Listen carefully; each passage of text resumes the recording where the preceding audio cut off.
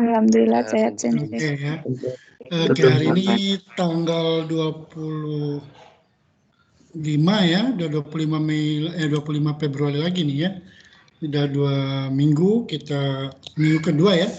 Kita kuliah hari ini. Mari kita buka perkuliahan ini dengan ucapan basmalah bersama-sama dengan membaca doa menuntut ilmu. Bismillahirrahmanirrahim. Raditu billahi robba wa bil islami dina wa bi Muhammadin nabiyya wa rasulah. Rabbi jidni ilma warjukni fahma, amin. Pada hari ini kita menginjak pertemuan kedua ya. Hari ini saya akan memberikan materi, yaitu pertama tentang memastikan jadwal perkuliahan kita di semester ini, termasuk kelompok yang kemarin sudah dibagi, kemudian saya sebarkan di tiap-tiap tanggalnya ya. Nanti saya akan share. Kemudian nanti saya akan presentasi untuk memberikan contoh bagi teman-teman yang akan presentasi nanti minggu ketiga kemudian kita diskusi. Tapi pada dasarnya setiap pertemuan saya akan memberikan materi dan presentasi sesuai dengan bidang yang kita akan pelajari ya. Tapi teman-teman mencari dulu, kemudian presentasi dulu, seperti kemarin kita di mata kuliah geoliterasi. Baik, hari ini yang sudah hadir ada 17 orang. Siapa yang belum hadir ya? Nada itu kelas A, kelas B ya? Muhammad Aditya udah belum? Okay. Nada cuti. Nada cuti. Hah, cuti? Iya. Oke. Kelas A ya? Muhammad Aditya.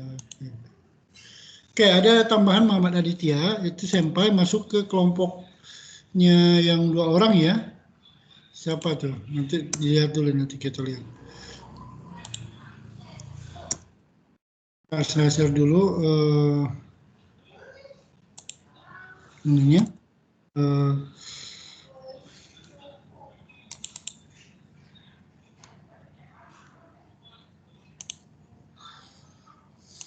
Oke.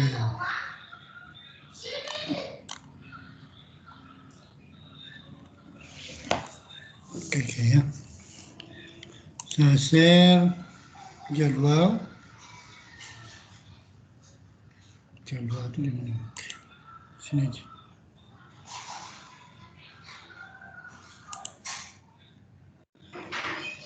Nah ini ya. Kemarin sudah dibagi kelompok, kemudian kita masukkan kelompok-kelompok tersebut dalam tanggal perkuliahan.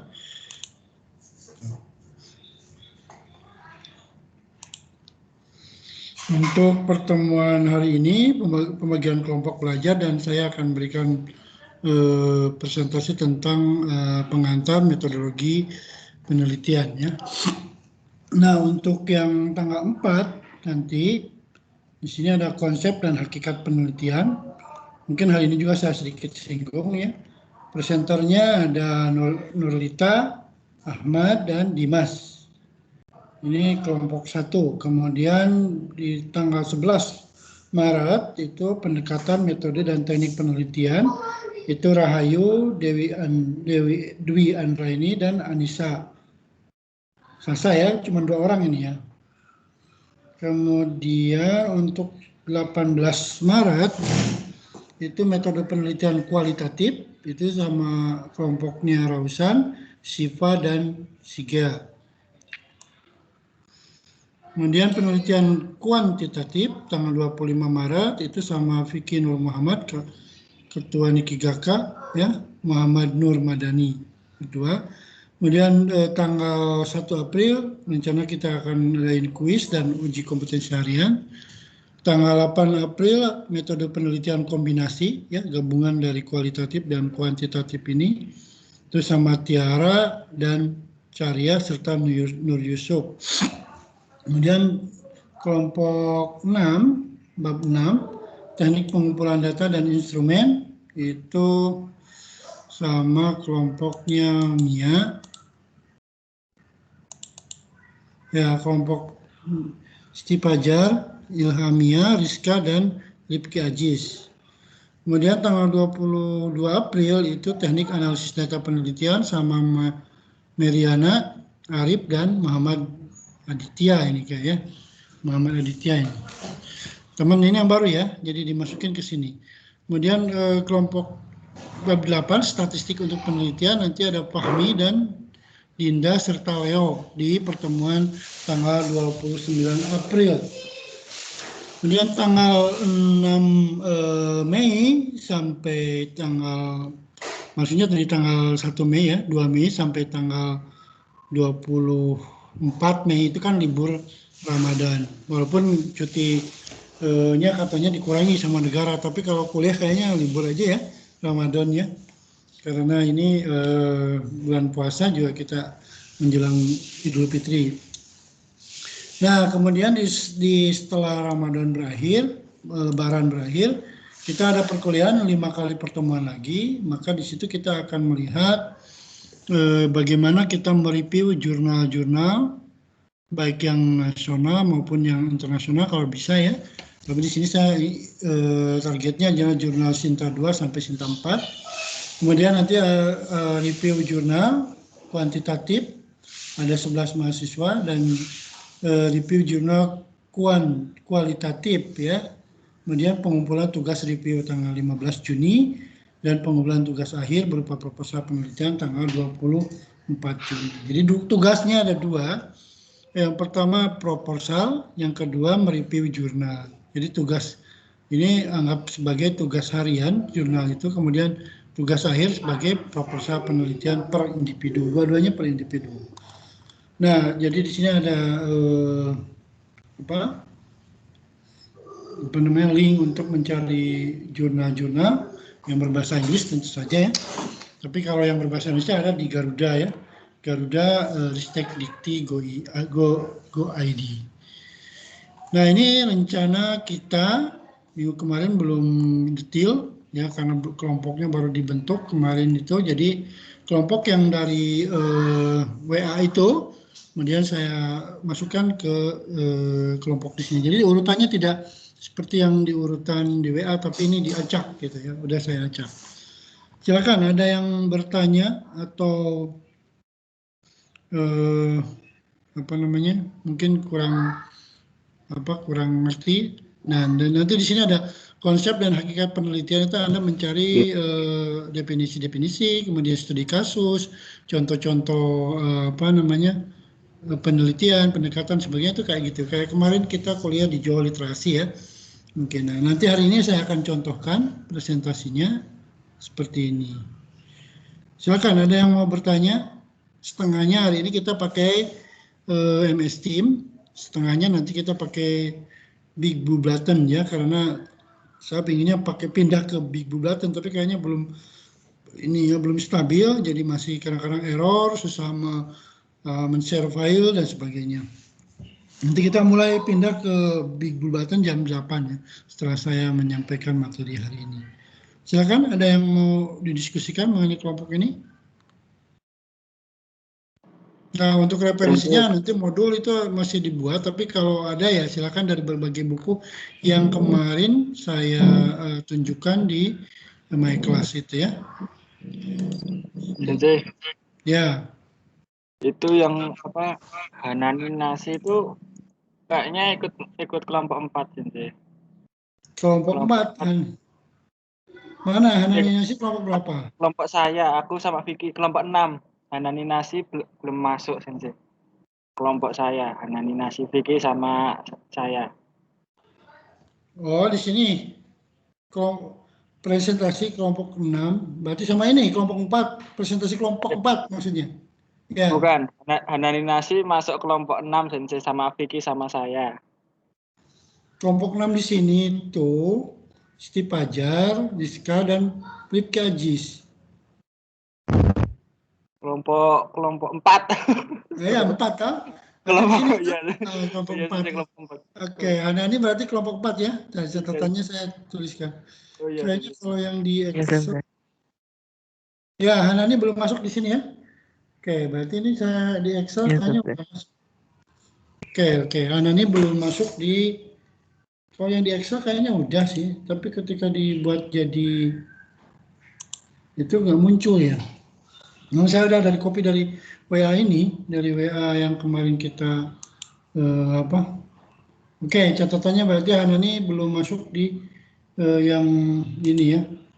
Tapi yang di Excel kayaknya sudah. Oke, ada lagi yang lain yang perlu koreksi? Oke, hari ini saya akan mencoba menampilkan PowerPoint. Ini hanya pengantar aja ya. Jadi nanti teman-teman presentasi juga kayak begini ya. Kalau ini kan saya hanya memberi contoh untuk presentasi hari ini. Oke, siapa yang belum hadir ini? Udah habisin semua belum di My Class? Sudah, Sensei. Sudah, Sensei. Ya, jangan lupa ya kalau nggak absen nanti tidak terekap. Makanya saya ini juga selalu ngecek absen itu apa ada nggak. Oke. Nah, saya akan share yang ini PowerPoint. Yang Kenkyu Nyumo. Biar ini secara keseluruhan ya, secara keseluruhan materi dari saya, kemudian nanti teman-teman mungkin bisa mengikuti contoh yang bisa dibuat gitu.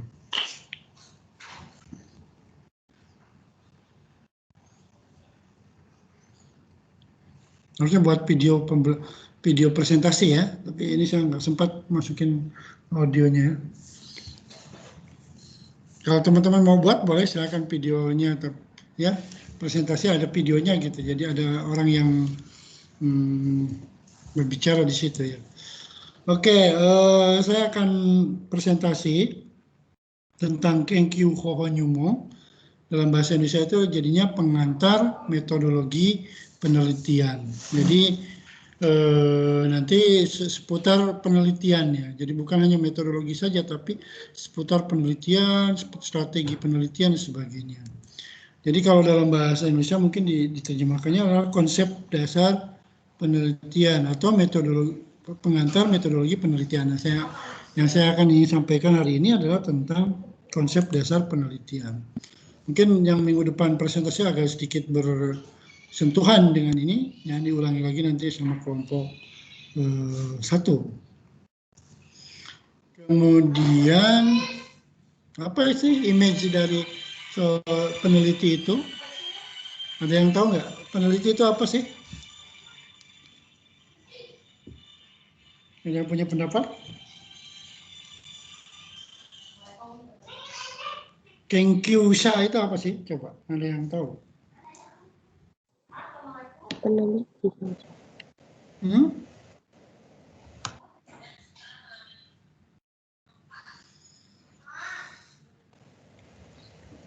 Mencari tahu, Sensei. Peneliti itu Mencari Kenkyusha. Kalau dari dalam kanjinya itu ya apa namanya? Orang yang memecahkan masalah gitu ya.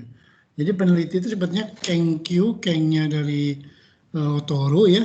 Q itu artinya memecahkan, pemecahan. Dokai ya kalau lihat dari itu ya. Jadi orang yang memecahkan masalah gitu. Jadi sebutkan kata yang terlintas dalam benak Anda ketika mendengar kata peneliti. Ya itu, peneliti. Artinya orang yang melakukan penelitian gitu ya. Orang yang meneliti.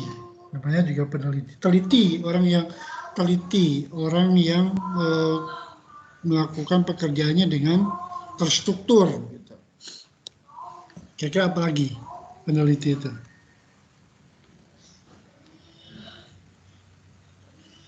Ini udah pada bisa masuk ke My Class ya. Ada yang belum terenroll gitu? Semua sudah ya? Oke. Jadi peneliti itu artinya kalau lihat dari KBBI, nah ini peneliti yang kita image-nya itu ya, kayak gini ya. meneliti tentang vaksin, meneliti tentang ini bukan ya, tapi yang image-nya itu kayak gini. Peneliti itu ya. Pengembangan ilmu. Ini peneliti atau apa? Ini juga peneliti, tapi mungkin juga bukan ya. Dokter ini ya. Oke. Image peneliti itu kayak gini tuh. Tapi kalau di mata anak-anak memang kayak gini. Tapi sebetulnya bukan itu. Peneliti itu bukan ini. Nah, berdasarkan KBBI, Kamus Besar Bahasa Indonesia, peneliti itu terdiri dari peneliti, ya, orang yang meneliti atau penelitian, ya, pemeriksaan yang diteliti atau penyelidikan, kemudian kegiatan pengumpulan, pengolahan, analisis, dan penyajian data yang dilakukan secara sistematis, ya, objektif, untuk memecahkan suatu persoalan dan menguji suatu hipotesis. Kemudian penelitian dapat dilakukan di seluruh bidang ilmu. Ya, semua orang juga bisa melakukan penelitian, baik bidang eksakta atau bidang humaniora atau bidang-bidang yang sepertinya kita juga tidak terpikir ya. Ada penelitian tentang dukun misalnya, penelitian tentang metafisika gitu ya, penelitian tentang jin dan sebagainya juga itu ada ya. Nah, artinya kan bukan orang fisika atau bukan orang humaniora, tapi orang agama, ustadz juga bisa melakukan penelitian, termasuk para dukun gitu ya, melakukan penelitian juga. Siapapun boleh meneliti, bukan hanya para ahli, profesor, atau doktor. Kita juga bisa melakukan penelitian. Nah, tapi kalau orang biasa berarti kan biasanya tidak terpikir meneliti atau apa, tapi dia hanya mikir kritis gitu, tidak dituangkan dalam penelitian. Tapi yang image dalam pemikiran kita adalah peneliti itu dilakukan oleh ahli, profesor, atau doktor. Gitu. Nah, kalau siapapun berarti sekarang itu orang bisa melakukan penelitian, termasuk misalnya dalam rumah tangga, ya. Suami bisa melakukan penelitian terhadap istrinya, istrinya juga bisa melakukan penelitian terhadap suaminya. Seorang pacar juga begitu, ya. Setelah berkenalan, kemudian dia melakukan penelitian dengan melalui pendekatan, seeking suruh ya, seeking itu artinya pendekatan, diteliti siapa sih ayahnya, siapa ibunya, kemudian rumahnya di mana, ya, punya pihak peliharaan anjing di rumahnya, gitu, bapaknya galak atau tidak, itu kan diteliti, ya, diteliti, didekati, kemudian diambil keputusan, oh, ini kayaknya layak untuk pacar saya, ini kayaknya tidak layak untuk pacar saya atau suami saya dan sebagainya. Jadi bukan itu, kita juga belajar bahasa Jepang juga sebetulnya harusnya melakukan penelitian, bukan sekedar suka, tapi meneliti bahasanya seperti apa, kanjinya seperti apa, kemudian nanti kita mempunyai kemampuan untuk bahasa itu. Penelitian diperlukan dalam pengembangan ilmu secara ilmiah, ya. Ada yang ilmiah, ada yang tidak, tapi biasanya kalau penelitian ya ilmiah, ya. Kalau penelitian yang tadi itu, ya penelitian pacar atau penelitian pasangan hidup itu juga tidak terlalu ilmiah, ya, itu khusus untuk diketahui oleh individu aja. Tapi kalau penelitian itu harus secara ilmiah dan dipublikasikan. Syarat penting dalam kegiatan penelitian sistematis, ya, dilakukan dengan pola metode tertentu, kemudian berencana, dilakukan langkah-langkah pelaksanaannya. Jadi semua orang harus mempunyai perencanaan, semua orang harus mempunyai mimpi, semua orang harus mempunyai schedule, ya, target dan sebagainya, itu di sini. Makanya di sini portofolio penting dalam riset, ya, riset portofolio. Berdasarkan konsep ilmiah, mengikuti cara yang didasarkan pada prosedur yang jelas untuk mendapat pengetahuan atau memperoleh pengetahuan. Kemudian, nah, mencari masalah. Nah, bagaimana nih cara mencari masalah? Kita tuh udah banyak masalah itu dalam hidup itu, kok dicari lagi ya masalah gitu ya. Nah, masalah itu bisa dibagi-bagi, ada masalah yang perlu dipecahkan, ada masalah yang tidak perlu dipecahkan, masalah yang terjadi dengan sendirinya atau masalah yang dicari-cari. Nah, biasanya kalau masalah penelitian ya harus dicari-cari, tapi kalau dengan sendiri-sendirinya biasanya ya mencari masalah itu biasanya satu yang kurang baik, ya. Kamu mau mencari masalah aja ya dengan saya misalnya, ya. Berarti di sini bukan penelitian. Tapi masalah dalam penelitian ini adalah sesuatu yang perlu dicari sebagai pertanyaan untuk mendapatkan judul penelitian. Jadi sebenarnya bukan judul yang perlu dicari itu. Yang pertama itu adalah masalah. Kalau judul itu gampang. Nanti kalau sudah ada masalahnya tinggal dicari judul. Jadi kalau mencari judul dulu kemudian mencari masalah, nah ini susah. Nah, manusia kalau mau bahas skripsi itu bisa mencari judulnya apa ya, judulnya, tapi masalahnya apa, nggak tahu. Nah, itu repot, ya. Jadi harus mencari masalah dulu, baru nanti judul itu menyusul. Misalnya masalahnya adalah perut saya hari ini kurang enak, atau mencret gitu. Wah, ini masalahnya apa ya? Nah, itu baru dulu. Nanti judulnya adalah penyebab mencret hari ini. Jadi kan gitu. Nah, jadi di sini masalah atau topik yang diangkat dalam penelitian bisa bersumber. Nah, jadi masalah itu sebenarnya topik. Cari dulu masalah, baru mencari judul. Dari isu kekinian atau fenomena faktual yang perlu dibahas dan perlu dipecahkan.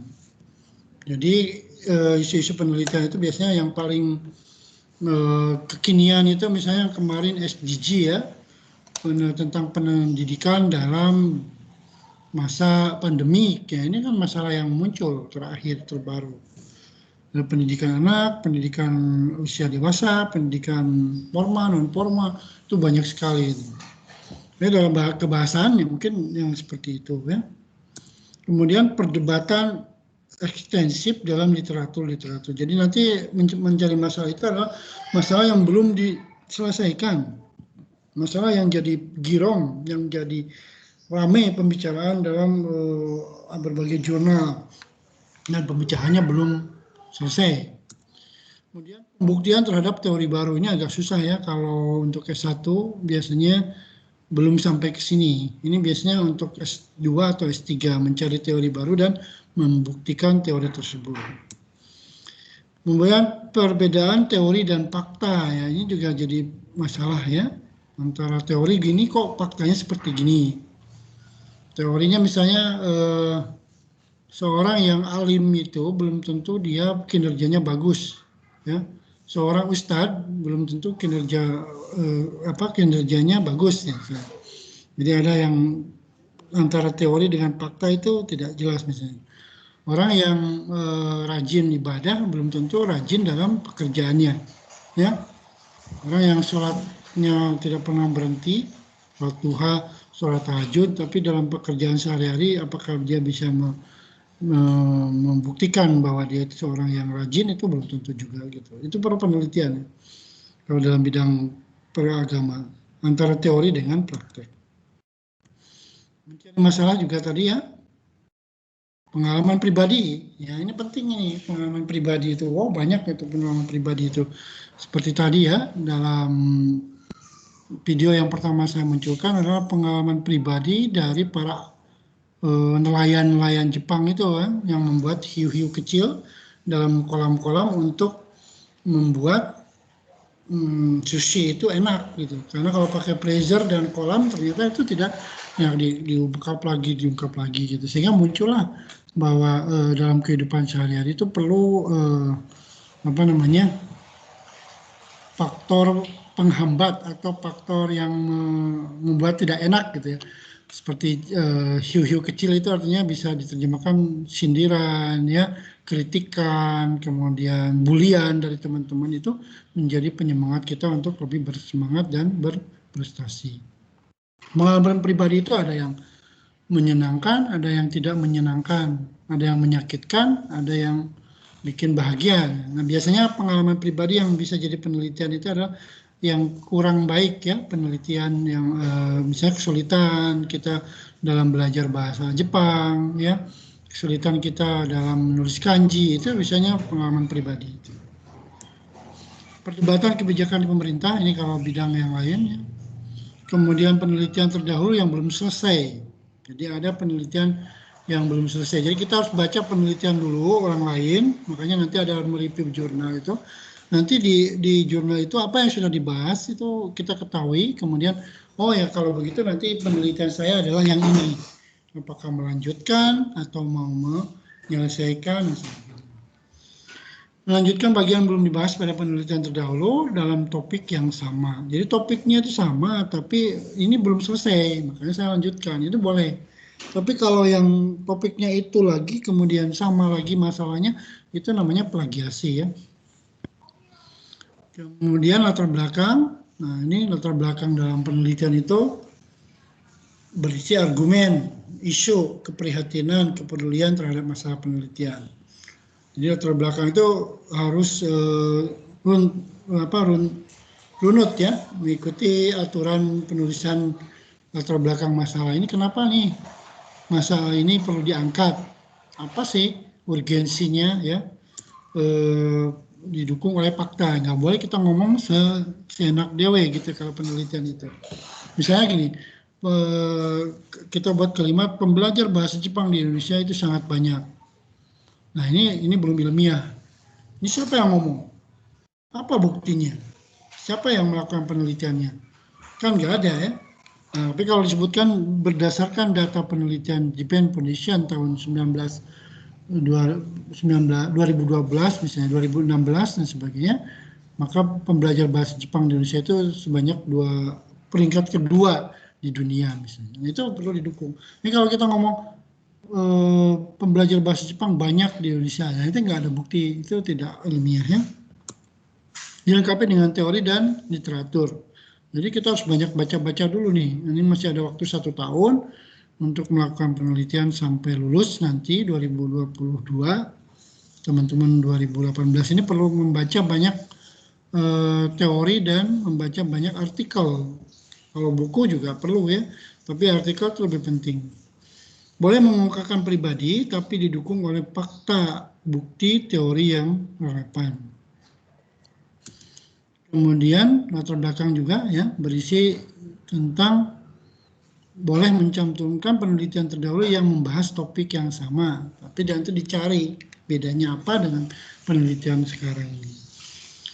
Boleh menjabarkan kekurangan penelitian terdahulu atau menyorot bagian yang belum diteliti sebelumnya. Boleh di situ ya, dalam latar belakang itu. Kemudian lebih baik mencantumkan urgensi, ya urgensi penelitian, pentingnya penelitian bagi audiens ini. Jadi misalnya, kenapa sih harus saya diteliti, topik ini kenapa harus diteliti? Nah di situ bukan hanya sebagai alasan pemilihan judul, tapi sebagai urgensi dari penelitian ini perlu dilakukan. Kalau nggak perlu ya berarti nggak ada urgensinya gitu. Kemudian latar belakang masalah juga harus berisi kata 5W, 1H. Kemudian ada who, what, why, when, where, dan how. Ini bahasa Inggris ya. Nah nanti di sini siapa yang memiliki masalah. Kemudian apa yang diteliti, apa yang menjadi masalah. Mengapa perlu diadakan penelitian? Nah ini dalam pendahuluan itu seperti itu. Mengapa terjadi masalah ini? Hipotesi awalnya seperti apa? Asumsi awalnya seperti apa? Di mana terjadi masalah? Di mana penelitian itu perlu dilaksanakan? Dan di mana penelitian itu akan dilaksanakan? Kemudian when, kapan itu terjadi? Kapan penelitian akan dilaksanakan? Dan bagaimana penelitian akan membantu menyelesaikan masalah. Jadi di sini sudah mencakup itu ya dalam latar belakang masalah itu. Kemudian latar belakangnya di sini ada tipsnya ya, gunakan kalimat yang dapat menarik perhatian pembaca, kemudian tunjukkan secara jelas masalah yang diangkat pada penelitian. Jadi ini masalah ya, bukan topik ya, tunjukkan secara jelas masalah yang diangkat. Kemudian coba bertanya pada diri sendiri, adakah kalimat yang bisa mewakili masalah penelitian saya? Jadi harus buat kalimat pertanyaan dulu dalam diri sendiri itu. Uraikan masalah lewat kalimat yang dapat dipahami secara rasional, ya, relasional oleh pembaca pada umumnya, dan hindari kutipan yang terlalu panjang pada paragraf awal. Latar belakang juga hindari ekspresi idiomatik atau kalimat yang dapat menimbulkan penafsiran ganda yang tadi itu ya, aimai atau ambigu itu dihindari. Kemudian pertimbangkan pengaruh informasi yang menggunakan angka. Apakah informasi yang disajikan relevan dan tidak membingungkan peserta ya. Kemudian tunjukkan mengapa masalah tersebut perlu diteliti dengan cara mengutip berbagai referensi yang mendukung kelayakan penelitian yang akan masalah tersebut. Masalah ya, ini saya secara umum aja, ketika ini saya sampaikan, nanti Anda teman-teman bisa lebih detailnya di kelompok nanti ya. Rumusan masalah itu adalah penjabaran spesifik dari topik penelitian, masalah spesifik yang ingin dicari jawabannya lewat kegiatan penelitian.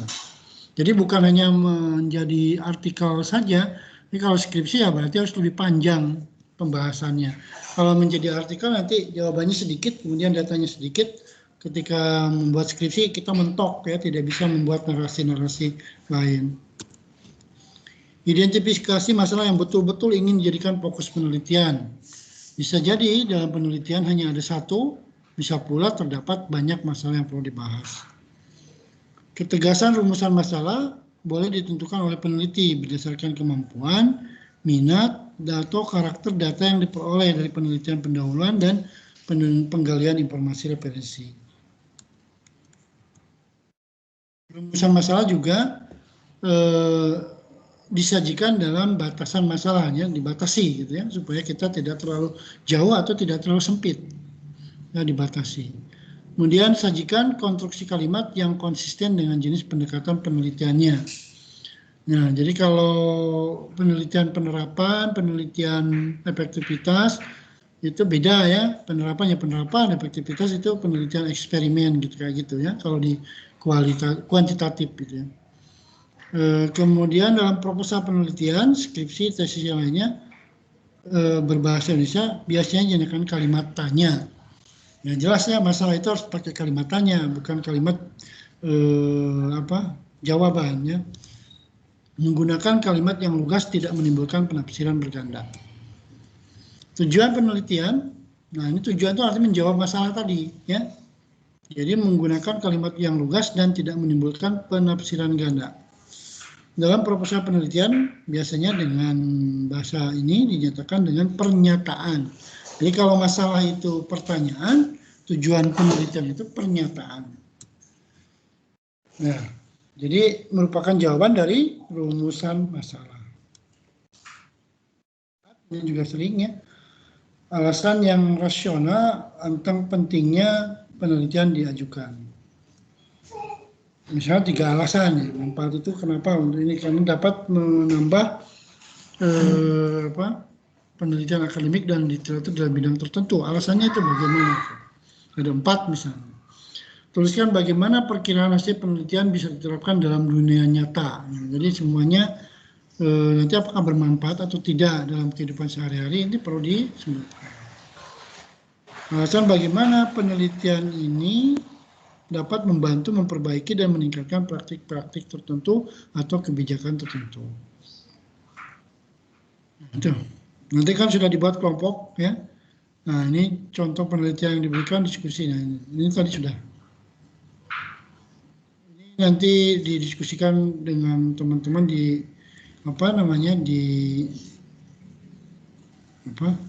kelompok ya sebelum dipresentasikan. Ada lagi yang mau bertanya silakan. Saya cek dulu di My Class ya. Ini My Class. Absensinya udah absen belum? Silakan, ada yang bertanya. Ini kan saya hanya baru membahas awal aja ya. Loh, kok tidak ada partisipannya?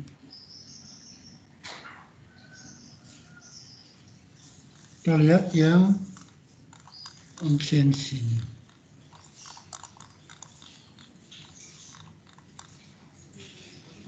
Pertemuan kedua. Yang ini jangan ya, ini dulu sisa yang pertemuan ini.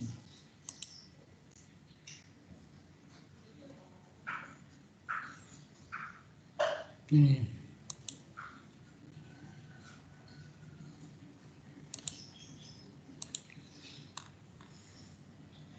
Muhammad Aditya belum absen. Leo udah hadir belum?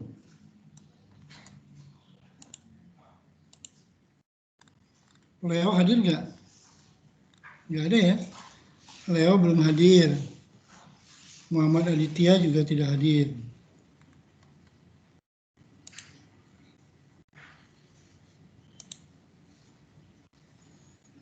Oke, kita lihat absensi lagi. Hanani hadir tuh tadi? Apa belum absen di my class ya? Iya sensei. Belum Rizka absen. ada nggak Rizka? Muhammad Aditya ada 2 ya, satu di atas. Ini yang mana ya? Beliau belum hadir.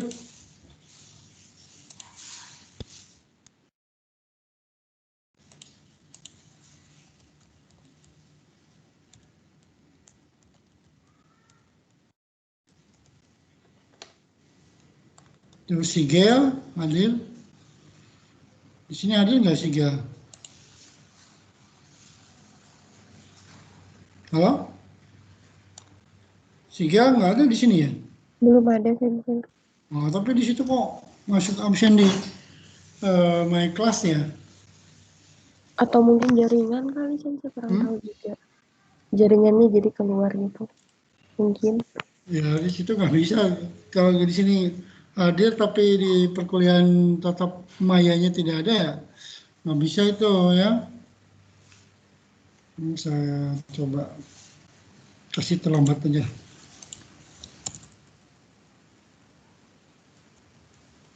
Ini harus dipastikan ini.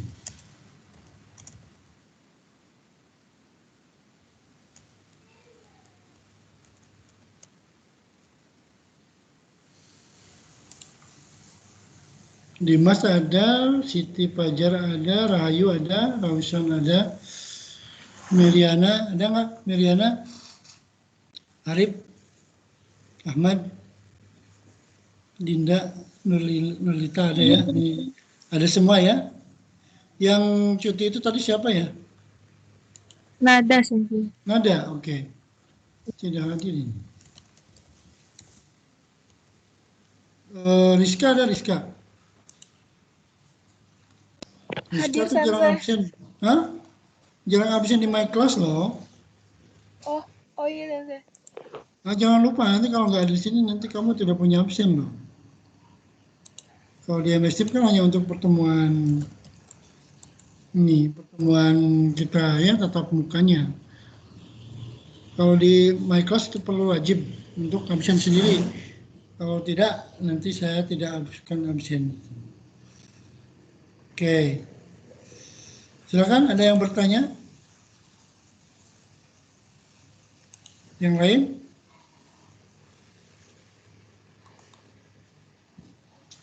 Oke. Kita pindah ke Big Blue Button ya. Setelah ini nanti saya ada satu materi lagi yang ingin saya sampaikan. Jadi kita coba pindah ke Big Blue Button-nya WMI SID sampai jam 8.30. Oke, nanti saya coba masuk dulu.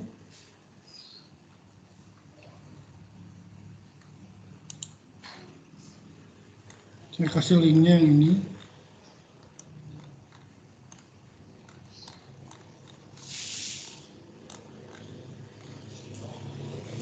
Pertemuan kedua.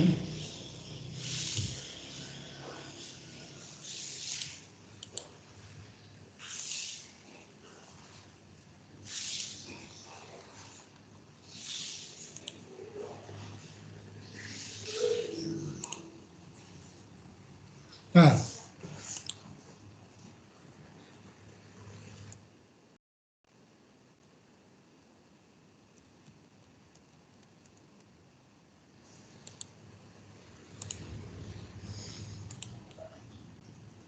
Sigel udah masuk sini belum ya?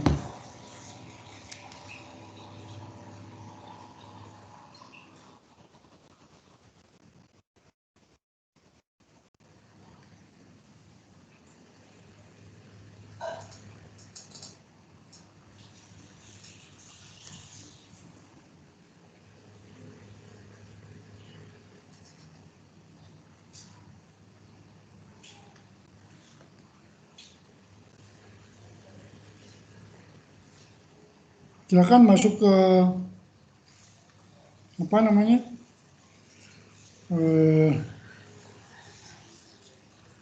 Ini apa? Ke big blue button-nya. Nanti Baik, kita akan ganti plafon dari MS Team ke big blue button. MS Team-nya nanti akan saya tutup. Ya.